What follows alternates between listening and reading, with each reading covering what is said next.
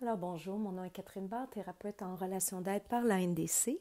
Et aujourd'hui, j'avais envie d'aborder avec vous le sujet des attentes et de l'idéalisation qu'on place sur nos relations amoureuses.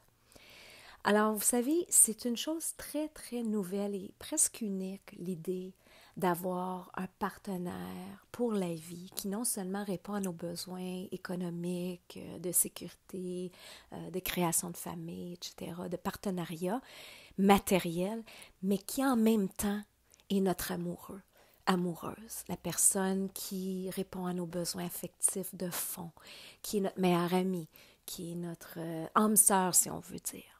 C'est vraiment une création très nouvelle parce qu'avant, les gens se mariaient, ils se mettaient ensemble. Vraiment, c'était économique, c'était par survie. Les mariages arrangés, il y en a encore dans plusieurs pays.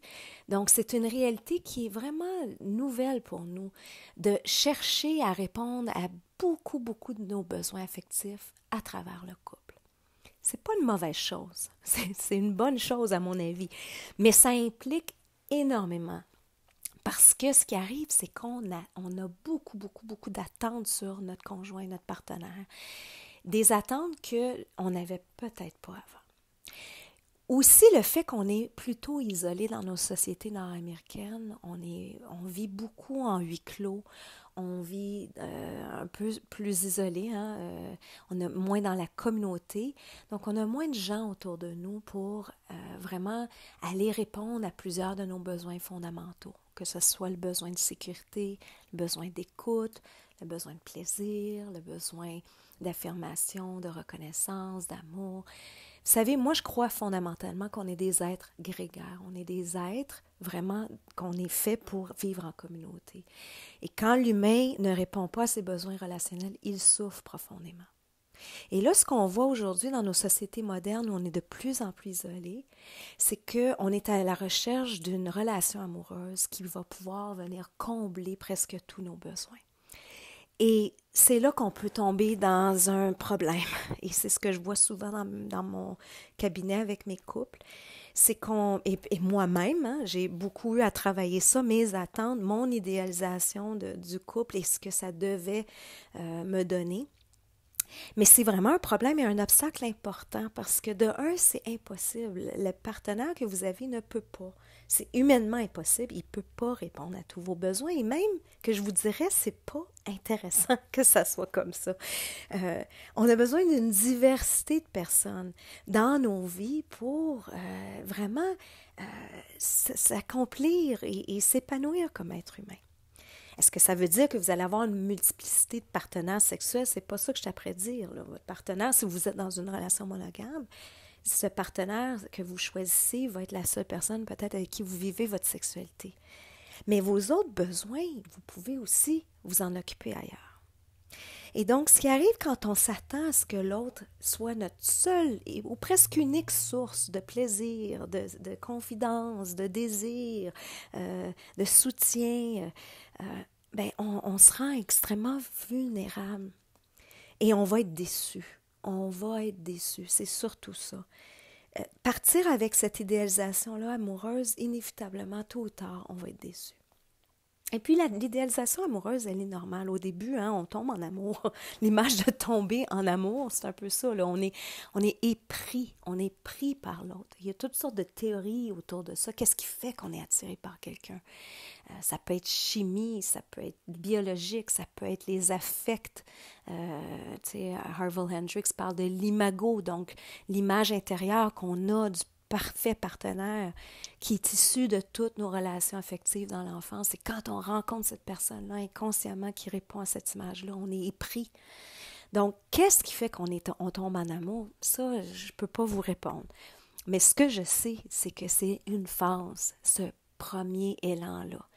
Et c'est un élan important, qui est enivrant, qui est extraordinaire, mais qui n'est pas tenable. Là. Si on est sincère entre vous et moi, là, on dort pas, on mange presque pas, on ne voit plus nos amis, on est juste focusé sur l'autre personne.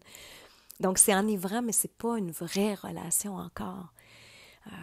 La vraie relation se développe quand on est capable vraiment de voir l'autre tel qu'il est, avec ses forces, avec ses défauts, avec ce qu'on aime, avec ce qu'on aime moins. Et malheureusement, notre société en ce moment nourrit beaucoup l'idéal d'un amour où l'autre comble tous nos besoins, nous déclenche pas. Tu sais, moi, j'entends souvent dans mon bureau les gens me dire, si c'est vraiment la personne pour moi, je devrais pas avoir besoin de travailler la relation. Ça, c'est tout un mythe, là. C'est tout un mythe qui fait obstacle, en fait, à notre bonheur, parce que la réalité, entre vous et moi, c'est que la relation, c'est le fun, mais il y a des moments durs. Et plus on est authentique et soi-même avec l'autre, plus il va y avoir des moments aussi, des fois, où on va se déclencher, on va s'irriter à quelque part. Alors, ça fait partie, le conflit fait partie du couple. À mon avis, c'est un peu comme un orage, là. Tu sais, ça vient raviver des fois. Maintenant, c'est pas l'idée de tomber dans la violence, là. C'est pas ça qu'on veut, mais c'est d'apprendre à vivre des conflits constructifs. Donc, quand on a l'idée qu'un couple, que mon conjoint, ma conjointe doit non seulement répondre à tous mes besoins, mais que si c'est la bonne personne pour moi, ça devrait être facile, je ne devrais pas vivre de peur, je ne devrais pas avoir à faire d'efforts, voire même l'autre personne devrait deviner mes besoins, je ne devrais même pas avoir besoin d'y demander, bien là, on se piège. Et souvent, on crée de l'insatisfaction en soi, des attentes et énormément de frustration et de déception qui finalement ressortent de toutes sortes de façons dans le couple. Ça peut être par le reproche, ça peut être la critique, ça peut être l'évitement de la personne, la désertion, on se détache. On peut aller même jusqu'à briser l'engagement d'exclusivité puis aller ailleurs.